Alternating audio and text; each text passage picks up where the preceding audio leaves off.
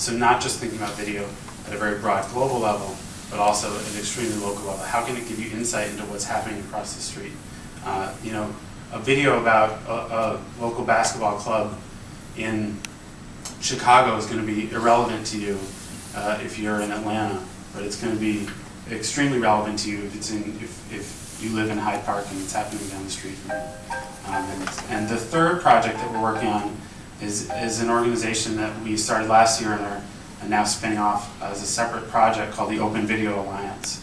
And that's a group of organizations like ourselves, Mozilla, the Information Society Project at Yale University, Red Hat, a bunch of companies and organizations that care about openness in video, coming together to think about how we can advance open technologies. How can we get past Flash as the basis for how all video is played online and move towards newer technologies, HTML5, video tag. And we held a conference at NYU a few months ago, which is our first event, the Open Video Conference.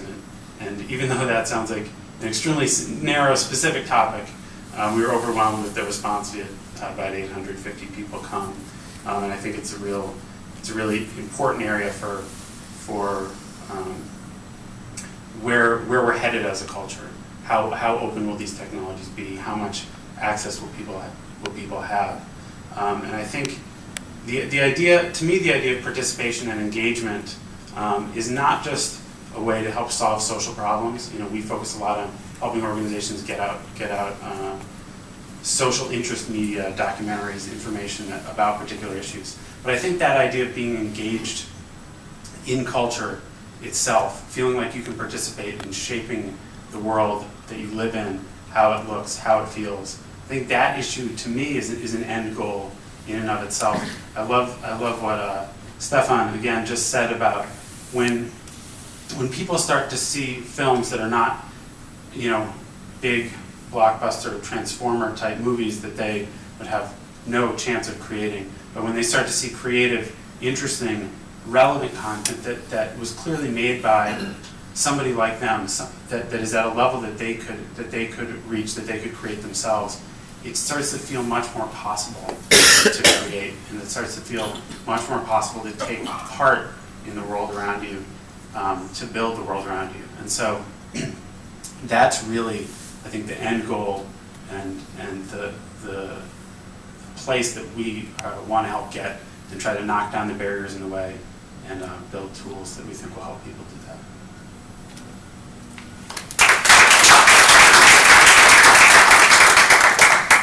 Thank you, Nicholas. So we have these three for the entire night. I hope that when we go back to drinks, you will, come up and introduce yourself and let them tell you more about what they're doing, which is completely fascinating and powerful. We also have with us Elena Popovic and Harlan Mandel from the Media Development Loan Fund, founded by our senior fellow, Sasha Vucinic. MDLF is sort of the leading player in financing media around the world, has invested 70 million, more than that, 70 million in more than 60 media entities in 22 countries, creating a new class of media entrepreneurs, typically in places with incredibly weak histories of free press and media infrastructure. So please say hi to them as well. We have with us as well Jimmy Wales, who is an Ashoka member, as we say, which is a very senior Ashoka fellow reserved for, as we say, people who have made their scratch on history, which Jimmy certainly has. Jimmy, why don't you join us up here? Jimmy's agreed to join us in sort of an open mic Q&A, and we do in fact have a mic or two circulating around. So if you don't know, Jimmy is founder of Wikipedia, which is an online, multilingual, open source research collection, collaboratively produced by many thousands of expert contributors around the world, and available for free to anyone with an online internet connection. I think it's radically democratized the act of radically democratized access to knowledge around the world. So Jimmy, thanks for being with us. And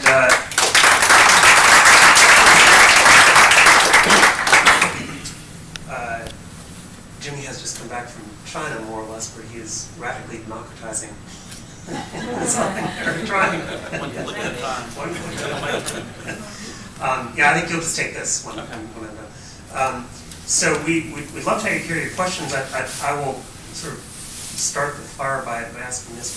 We talked about the changing information user, and at Wikipedia there are, you can think about information users on any number of levels, but yeah, I wonder how you think about that changed user going forward, or users, and how Wikipedia is evolving or will to accommodate those needs.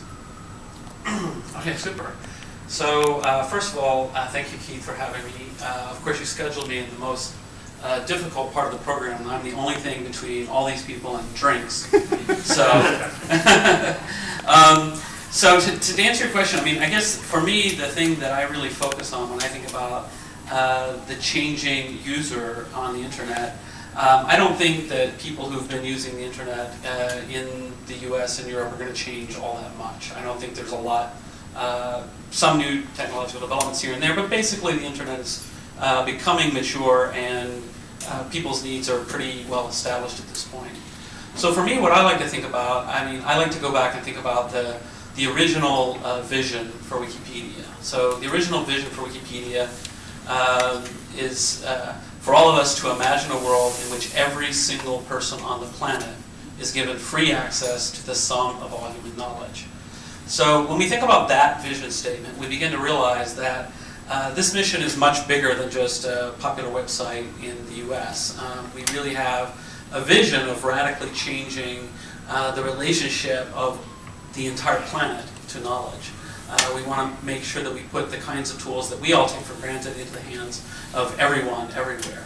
So when I'm thinking about the needs, the changing needs of people on the internet, I don't spend a whole lot of time thinking about English or German or French, or actually even Chinese, although that's a special situation there.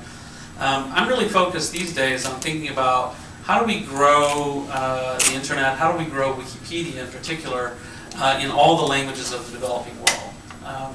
Right now, in a typical month, according to ComScore, we see about 330 million people a month. According to our internal server logs, it's a lot higher than that, but who knows which is correct. It may be 600 million, maybe 330 million. Point is, it's a lot of people are using Wikipedia all over the world.